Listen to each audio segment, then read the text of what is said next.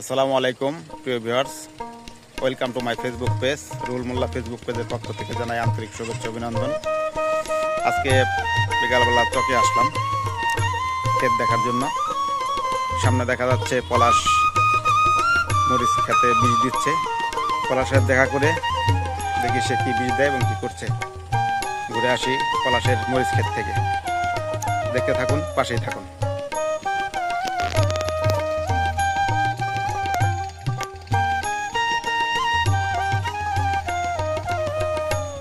এটা কি বীজ দিছো নাকি?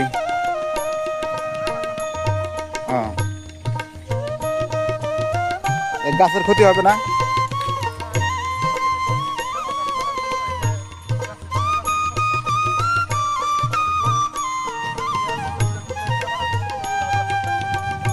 এই গাছে তাহলে যে তুমি যে বীজ দিলা, মরিচ গাছের কোনো ক্ষতি হবে না? যদি মরিচ গাছের এই যে গায়ে লাগে,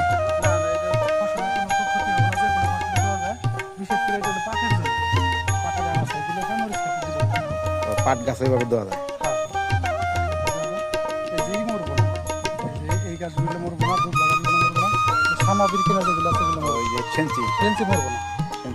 মরবো কোনটা?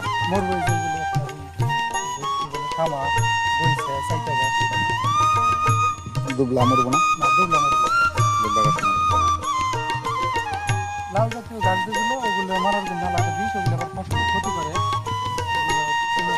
একটা সিস্টেম আছে, ভিন্নতা আছে যে মরবো না, ক্ষতি নেই।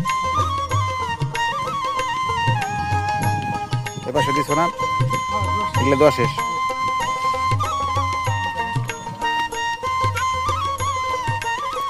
সুন্দর সিস্টেম যে ফসলের কোনো ক্ষতি হয় না। এটা শুধু ঘাসের জন্য, ঘাস মারার জন্য। মরিচ গাছের বীজ দিয়ে যে ঘাস হয়েছে, এই ঘাসগুলো মারার জন্য যে একটা স্প্রে আছে, এই স্প্রেটা দিলে ঘাসগুলো মরে যাবে, কিন্তু মরিচ এবং মরিচ গাছের কোনো ক্ষতি হবে না। এটার নাম কি পলাশ? বীজটার নাম কি? হ্যাঁ, কীটনাশক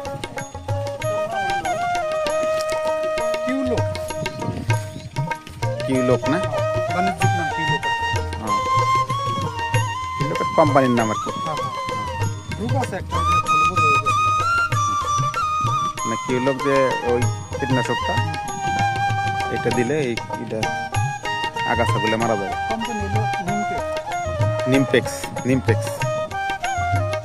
ভালো, সুন্দর ব্যবস্থা। আমাদের তো এখন মরিচ মানে সোনার হরিণের মতন হয়ে গেছে। এক সময় আমাদের এলাকা ছিল হলো মরিচের রাজা, তাই না? মরিচের বিকল্প অন্য কোনো চিন্তা ভাবনা করা যেত না। সারা বাংলাদেশে আমাদের এই বরঙ্গাল আড়ত থেকে মাছ যাইতো। আর এখন খাওয়ার জন্য মানুষ আমাকে এলাকায় মরিচ পায় না। মানে আমাকে এলাকায় যে চাহিদা মানুষের, সেই চাহিদার তুলনায় সেই মরিচগুলো পাওয়া যায় না। এটা কি ওয়াশ দিছো? অন্যগুলা পলাশের কীটনাশক দেওয়া শেষ। এখন সে আবার ওই বীজগুলো ধুয়ে নিতেছে, ওয়াশ দিয়ে পানি দিয়ে আবার নতুন করে ফ্রেশ করে অন্য বীজ দিবে।